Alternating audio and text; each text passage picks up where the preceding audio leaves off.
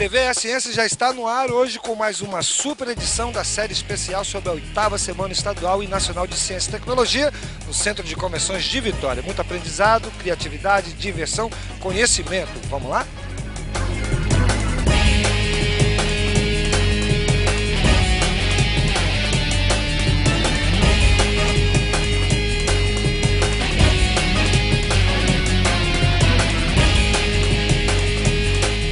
Na 8ª Semana Estadual e Nacional de Ciência e Tecnologia, aqui no Centro de Convenções, uma outra novidade que é o Museu de Ciências da Vida. Aqui o Atelso Bittencourt, que coordena ele, o Departamento de Morfologia do Centro de Ciências de Saúde, que fica ali em Maruípe, da Universidade Federal, está conversando com o Felipe, que é um tradutor de Libras.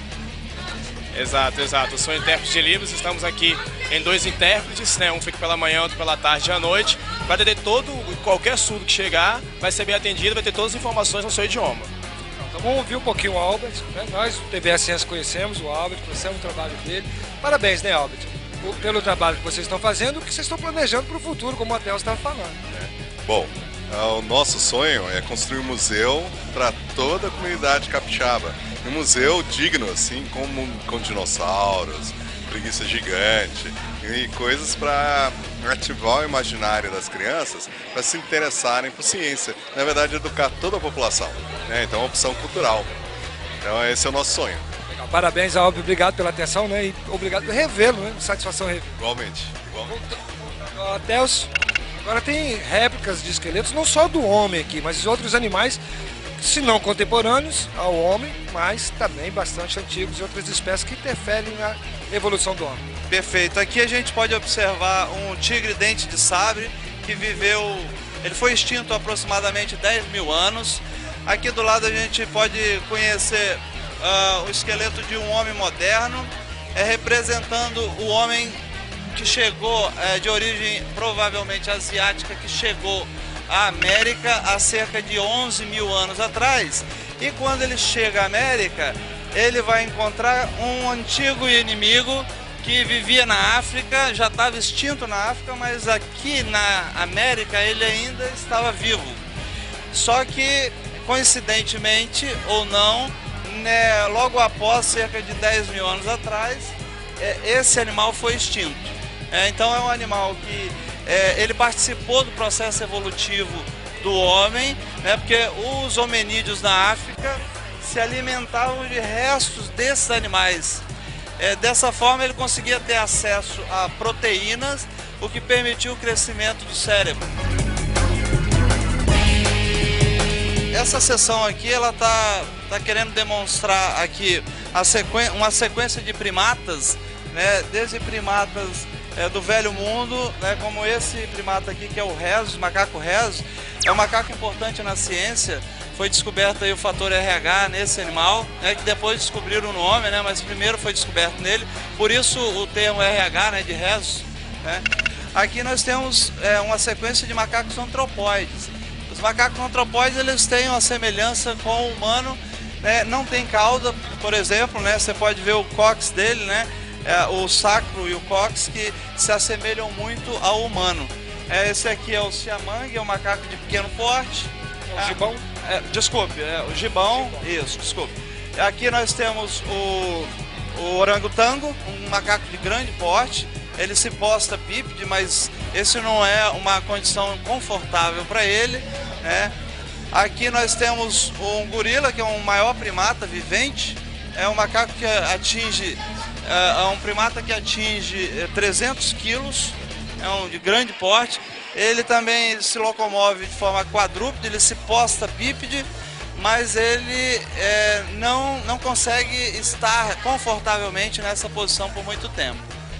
Ao contrário do homem, né? O homem hoje que anda bípede, né? Anda com as duas pernas, independente dos braços. Que é a posição mais confortável para o homem, né? Do lado de cá, nós saímos um pouco dos primatas, não é isso, Atelso? Para chegar ao cérebro. Exato. Então, aqui a gente tem uma sequência de cérebros para mostrar para mostrar a evolução do cérebro e do encéfalo ao longo do tempo. Então, nessa montagem aqui a gente pode observar, a gente tem um cérebro de um orangotango, tá? Adulto, aqui o cérebro de um humano adulto. Isso é um modelo, mas é um modelo muito bem feito, né? Que você... Diferença de tamanho muito grande. Muito grande, né? E além do tamanho, você pode observar que o cérebro humano apresenta um número de sulcos e giros muito maior e além os sulcos são muito profundos em comparação com o de um animal desse, de um tanto de um chimpanzé, esse aqui é de um chimpanzé e esse aqui é de um orangotango. São rasos. O que significa isso? Significa que a presença de sulcos e giros profundos aumenta a superfície para organizar mais neurônios. Eu tenho a quantidade de neurônios muito maior aqui, o que permite uma interação entre eles, um processamento mais complexo e, portanto, a desenvoltura intelectual que o ser humano apresenta. Lembrando que os neurônios são responsáveis pela transmissão de informações, recepção de informação, processamento dessa informação. Então, memória, raciocínio, tomada de decisão, tudo são feitos pelos neurônios. Nós vamos agora caminhando para o quadrograma. Esse quadro é uma organização, um cladograma, né? Uma organização onde a gente pode ter uma noção bem precisa, com base nos fósseis, de como foi essa ramificação no processo evolutivo do homem, né? Então, aqui no canto direito desse quadro, a gente tem um dos nossos ancestrais que foi encontrado mais antigos, né? Ele tem cerca de 7 milhões de anos, 6 a 7 milhões de anos, é o Sahelanthropus. Existe a possibilidade desse indivíduo ter sido ancestral nosso e do próprio chimpanzé. Daí aquela história, né? Um homem veio do macaco e tal. Na verdade, um ancestral nosso foi comum de nós e do chimpanzé. Aí vai se ramificando e o quadro vai mostrando as possibilidades. Exato. E essas interrogações, As Até? interrogações são dúvidas. É porque a ciência ela anda em cima de fatos, tá? E quando existe uma hipótese, às vezes duvidosa, o cientista normalmente ele não afirma em cima de dúvida. Então ele põe uma interrogação para quem sabe encontrar um novo fóssil que venha comprovar essa hipótese ou então refortá-la, né? Perfeito. Então aqui nesse processo a gente surge há 4,4 milhões de anos o Ardipithecus ramidus, que é um achado importante, tá? Porque ele já se postava bípede também, não tão bem eficiente quanto a Lucy, vocês viram ali na sequência da bipedia. E você repara que o volume do crânio ainda é pequeno, né? Ou seja, tinha um cérebro pequeno. Então a bipedia precede o desenvolvimento intelectual, né? Isso é um fato importante que os registros fósseis nos contam, né? E a partir daqui a gente vai podendo observar um aumento gradual do volume de crânio, tá? Como aqui, por exemplo, no Homo ergaster, que viveu há cerca de 1,6 milhões de anos e ele já trabalhava com fogo, já trabalhava com artefatos tipo pedra lascada para cortar carne, ou seja, já tinha uma habilidade intelectual já sofisticada, né? E daí o desenvolvimento numa sequência que resulta num nosso parente mais próximo que ainda não vive, que já não vive mais, né? Que é o Neandertal. O Neandertal foi extinto há cerca de 30, 40 mil anos atrás. Ele chegou a coexistir com o homem moderno, É o Sapiens Sapiens. que é o Sapiens Sapiens. Então, como você pode observar ali, o volume do crânio do homem moderno é muito maior do que dos demais hominídeos e maior também do que o Neandertal, que não era pequeno, tá? Então, sugerindo que o nosso intelecto é superior ao que era do Neandertal. Onde as pessoas podem encontrar vocês, a equipe, e acompanhar todo esse conhecimento que vocês têm? Nós estamos lá no departamento de morfologia, né? E nós temos um site que é www.ccs.ufes.br/corpo humano. Nesse site vocês podem encontrar todas as informações relativas aos nossos projetos, as nossas ideias futuras, as nossas realizações e fazer uma visita, se for um grupo, fazer um agendamento para visitar lá no nosso museu, localizado em Maruípe, no Centro de Ciências da Saúde.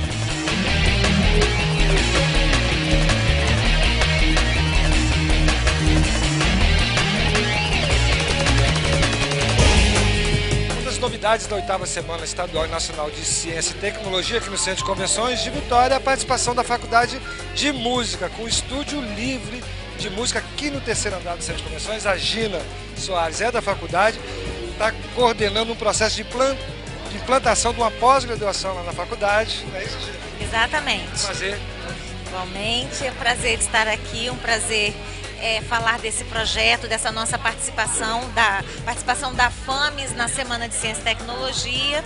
Agora, Gina, você pediu o Robson para dar uma viradinha, ele tem musicografia braille, instrumentos musicais e materiais recicláveis do outro lado, à direita ecologia sonora e musicoterapia. Vocês trouxeram bastante movimento aqui para a semana. Exatamente. Essa foi uma programação que nós realizamos de algumas mostras do que é possível fazer, né? De que a faculdade ela se envolve com várias possibilidades dentro da música e atende a diversas coisas, né? Obrigado, Gina. Foi um prazer, que bom estar com vocês aqui registrando esse momento que pra gente é muito especial.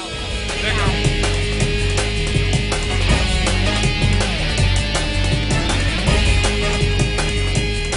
Oitava Semana Estadual e Nacional de Ciência e Tecnologia, direto do Centro de Convenções de Vitória. Nós vamos a um rápido intervalo e voltamos já já. Fica aí que a gente volta logo, logo.